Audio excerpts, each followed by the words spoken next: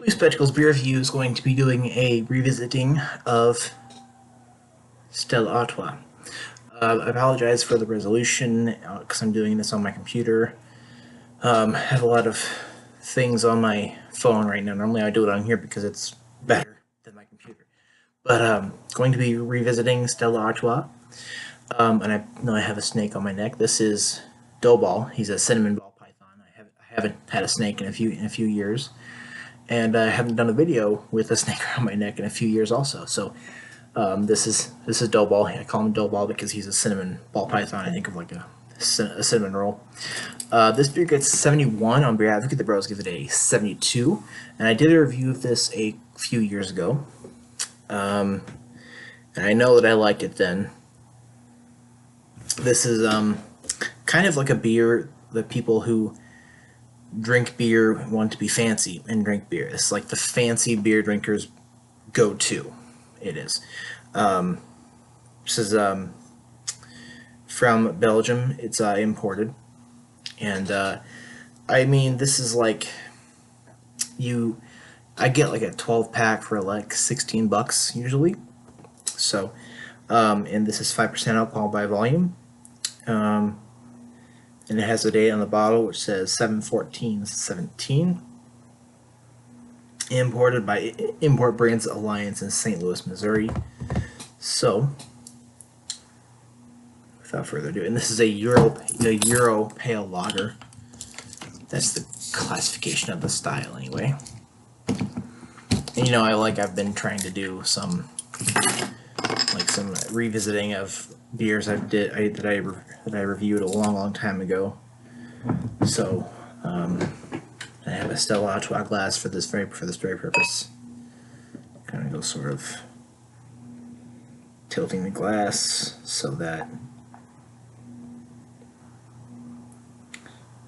the whole idea of tilting the glass is so that the aroma and all of the esters or whatever kind of come out.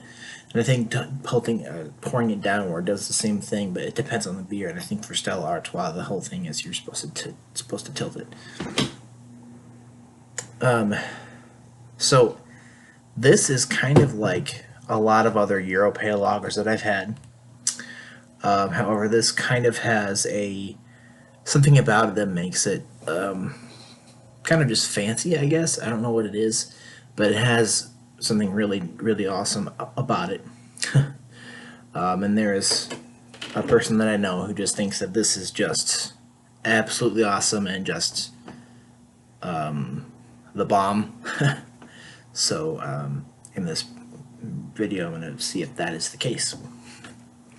With that pour, we have no head anymore. We have just some nice ring around the top here, and we have a clear body, golden body, with a couple of amorphous bubble streams, and it's very clear. Looks very nice. Looks like a very nice European lager.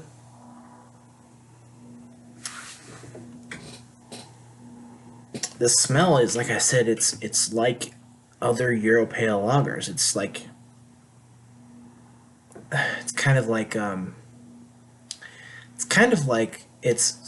I almost want to describe it as the very small amount of what a skunk is like, of the skunkiness. Now, I don't mean that this beer is skunked. I don't mean that it is bad, and that is possible because of this green bottle. That is possible because the green bottle means that some light can possibly get in. And however, with every Stella beer, I have never experienced any skunkiness. Stella has managed to get around that. Now Heineken, however, Heineken in the bottle, I have experienced some skunky Heinekens myself.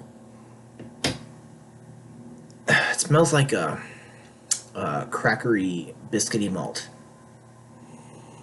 and a little bit of hops there too. Smells really nice. Smells like it's gonna be really. It smells really crisp. Smells really good. It smells, it smells like a really nice, delicious European lager. So let's go ahead and give this beer a try.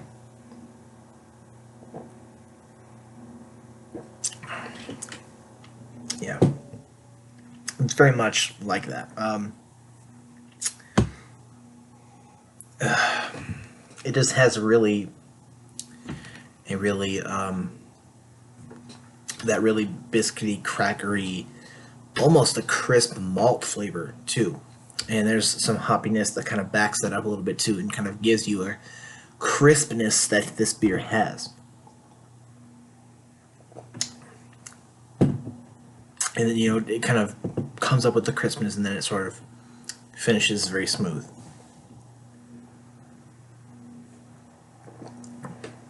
Really tasty, goes down very, very quick, very, very nice. Very, very nice beer. It really is quite good.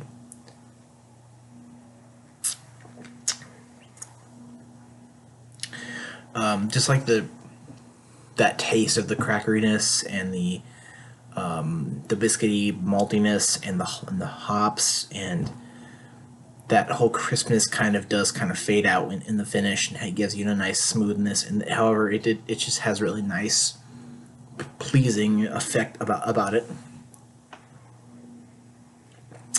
Mouthfeel is light to medium, on the lighter side of things, and it sort of is the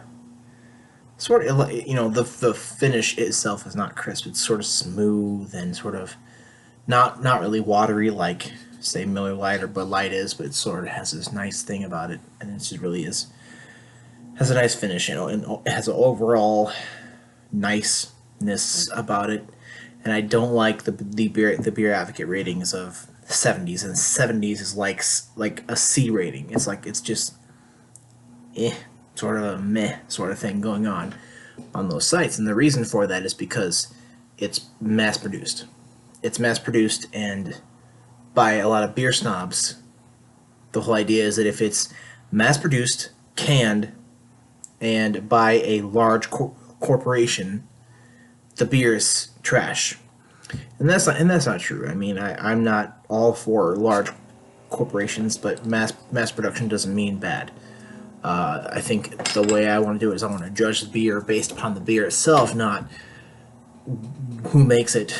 I want to judge the beer as to how it is, and going from the beer and thinking about the company, that how the beer is will develop my perception of the company. But they kind of go the other way with things.